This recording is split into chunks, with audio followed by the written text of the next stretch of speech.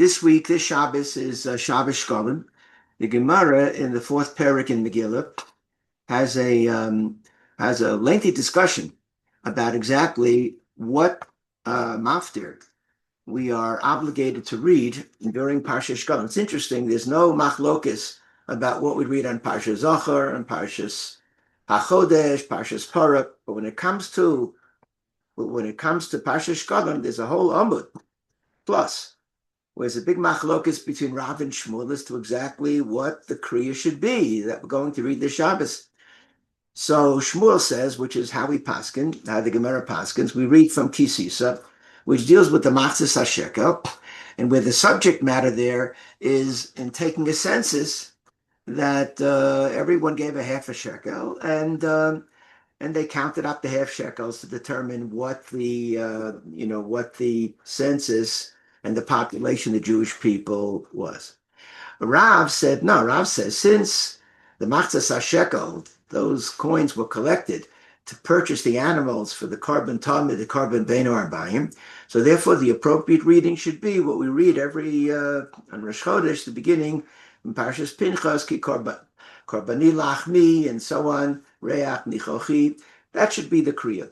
So we paskin like Shmuel. So the question is why? So the Gemara has a whole big discussion about this, and the Gemara proves that from a variety of sources that we paskin like Shmuel. But the question that arises is specifically why, in taking a census, was there a need for everyone to give a half a shekel? So the Medrash Tanchuma tells us, it's found in the Medrash Tanchuma, it's also found in the Medrash Rabbah, that Moshe Rabbeinu in this kasha, that he found it very difficult. He didn't understand. Why can't we just count people, 1, 2, 3? Why do we have to do it by machzis HaShekel? And Hashem, so the Medrash says that Hashem showed him a machzis HaShekel, a matbea shel esh. He showed him a fiery coin. Exactly what does that mean? Why was it necessary? Show him a coin or show him a machzis HaShekel. What's the idea of a matbea shel esh?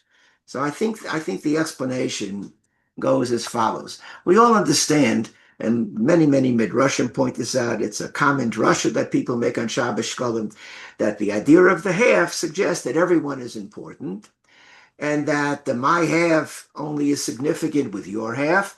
And so to emphasize the importance of achdus, of unity, and how important everyone is, so everyone gives a half a shekel. But that doesn't explain the matbea shel esh. Why was the machzis HaShekel a matbea shel esh? So I think there's a deeper idea. And this idea was expressed once in a shir that I heard from Rabbi Moshe Shapira, Zecher Tzadik Livracha, one of the great Gedolim in Eretz Yisrael, who passed away a number of years ago. And he makes the following point, which I think is was always a very impressive idea. He says, the machzis HaShekel, when a Jew brings the machzis HaShekel, he is basically saying, this coin is only a fraction of your worth. Your value is infinite. Moshe Rabbeinu had a quandary about exactly how do you count people by giving them a number. So Hashem said to Moshe, you count them by a half shekel to tell everyone that even though the half shekel seems to be something small, you are far more than an ip. Your worth is infinite. Why a matbea shel esh? Because you may think that your worth is maybe a machzis HaShekel, but if it's a fire, what is the characteristic of fire? It spreads. It generates warmth. It influences people. Everybody's a machzis HaShekel. In the grand scheme of things, we're a machzis HaShekel. But our machzis HaShekel, if it's a matbea shel esh, can influence, can inspire, can make a difference, not only in the lives of those people around us, but in the grand scheme of things. The mere fact that we're alive says that our little machzis HaShekel is necessary for the continued viability of creation, of the world. We should never discount our machzis HaShekel. And that was the point that Rabbi Moshe Shapira, Zechet Tzadik Livracha, what he wanted to convey. There's an interesting story. It's a long story, but very briefly, where Rav Yisrael Salanter, whose Yortzeit was the 25th of Shabbat, just this past week, he makes the point. They ask what inspired Rav Yisrael Salanter to begin the Musar movement in the latter part of the 19th century. So this is the story that they tell, that there was a poor shoemaker who had a store with a blacksmith and so on. They were all poor. And one day this poor shoemaker becomes overnight wealthy. A relative leaves him a great deal of money. So this shoemaker is a very generous person, is a wonderful Jew, and he becomes a very prestigious individual because he's such about tzedakah and about chesed, ad kedei kach, that they make a shidduch between his son and the rabbi's daughter. It's a big wedding. Everyone is coming.